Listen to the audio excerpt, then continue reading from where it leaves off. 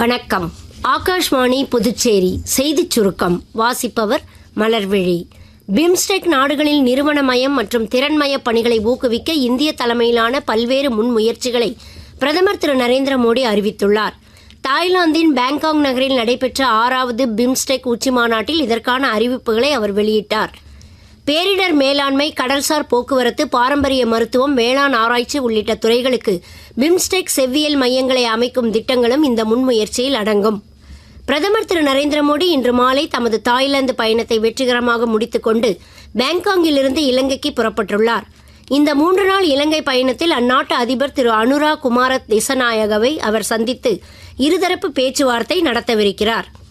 2ஆம் கட்ட துடிப்பான கிராமங்கள் திட்டத்தை 100% மத்திய நிதி ஆதரவுடன் மொத்தம் 6,839 கோடி ரூபாய் செலவில் அமல்படுத்த இன்று மத்திய அமைச்சரவை ஒப்புதல் அளித்துள்ள நிலையில் எல்லைப்புற கிராமங்களை வளர்ச்சி மையங்களாக மாற்றுவதற்கான முக்கிய திட்டமாக துடிப்பான கிராமங்கள் திட்டம் அமைந்திருப்பதாக மத்திய உள்துறை அமைச்சர் திரு அமித்ஷா கூறியுள்ளார்.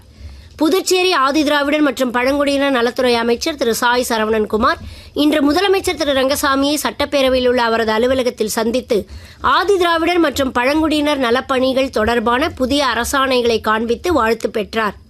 நாக்பூரில் உள்ள தீட்சை பூமி உட்பட அண்ணல் அம்பேத்கர் தொடர்புடைய 4 தலங்களுக்கு அரசு நிதியில் அட்டவணை பிரிவினர் சென்று வரும் திட்டத்திற்கான அரசாணையும் இதில் அடங்கும். இன்று லக்னோவில் நடைபெறும் IPL போட்டியில் மும்பை அணிக்கு எதிராக முதலில் ஆடும் லக்னோ அணி சற்று முன்வரை 16.3 ஓவர்களில் 4 விக்கெட் இழப்பிற்கு 165 ரன் எடுத்திருந்தது. இத்துடன் இந்த செய்திச் சுருக்கம் நிறைவு பெறுகிறது.